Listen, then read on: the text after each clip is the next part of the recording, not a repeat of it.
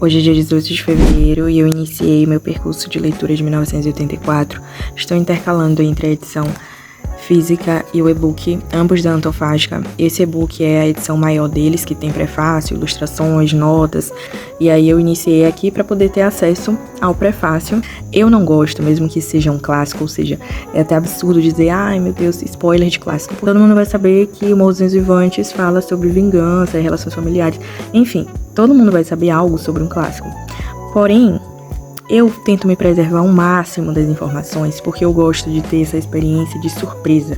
Eu gosto de ser surpreendida. Então, por exemplo, desse livro aqui, a única coisa que eu sei é que ele fala sobre regimes totalitários. Eu não sei exatamente como, e eu tô muito ansiosa, né, pra descobrir. E eu gosto muito disso, porque aí eu vou pesquisando ao longo do tempo, ao longo da leitura, e quando eu finalizo a leitura, eu vou expandindo meu conhecimento de forma mais aprofundada.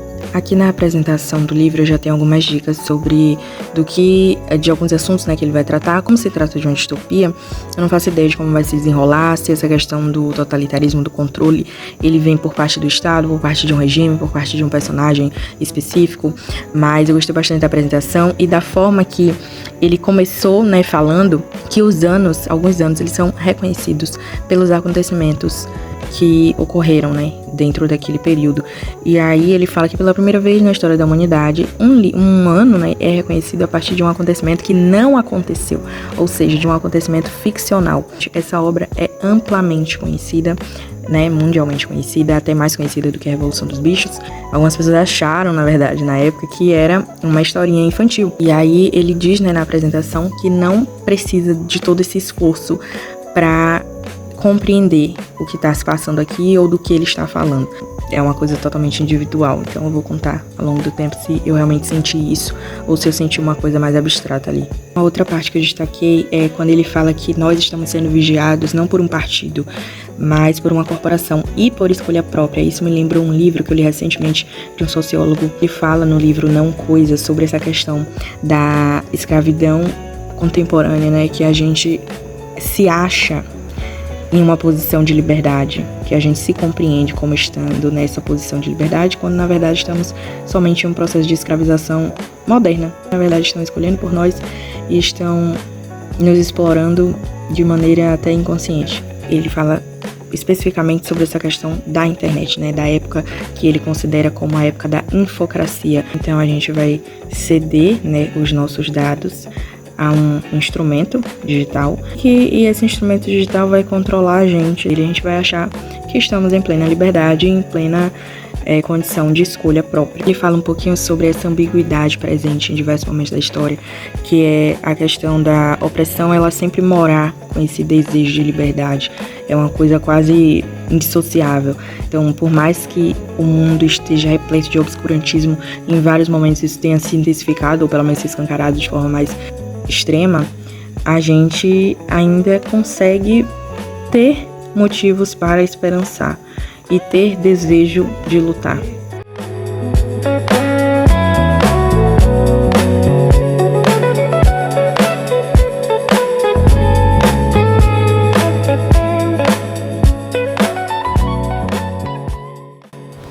Bom, nesse primeiro capítulo ele já apresenta alguns elementos a nível de contexto mesmo naquele cenário, que é um cenário distópico, então é necessário que se apresente a nomenclatura de alguns elementos de extrema importância que vão situar a gente ali naquele ambiente. Existe esse partido, que é o partido do Grande Irmão, né? E os 3 slogans do partido são: guerra é paz, liberdade é escravidão, e ignorância é força.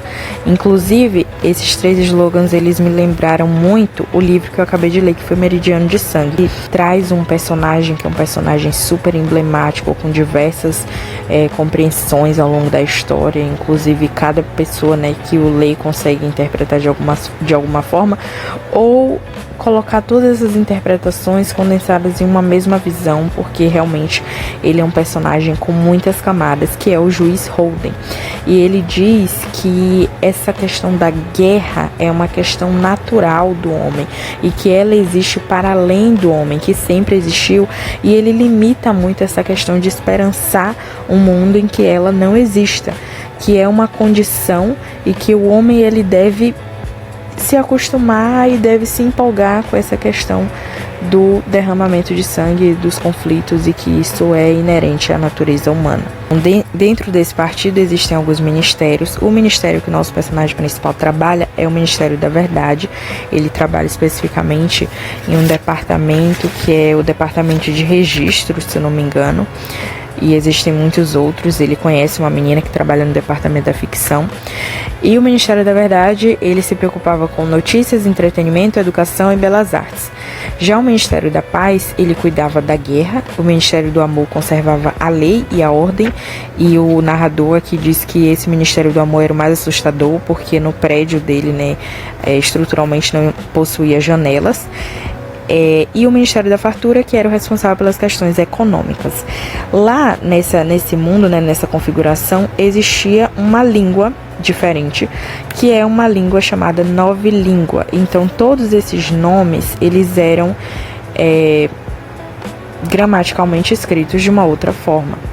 Somos apresentados a um instrumento chamado teletela, que é um instrumento que recebe e transmite informações ao mesmo tempo. E eu comparei muito isso, né, impossível não comparar, com o nosso próprio celular. E aí esse instrumento ele serve para captar imagens e qualquer áudio, né, das pessoas. Pelo que eu compreendi, ele é colocado nos apartamentos das pessoas, alguma coisa parecida, né, enfim, na casa das pessoas. Ele vai dizer que não tinha como adivinhar com que frequência ou por qual sistema essa teletela ela era configurada, mas dava para saber, né, dava para imaginar que esse instrumento ele vigiava todo mundo o tempo todo. Então, claro que teriam que tomar alguns cuidados.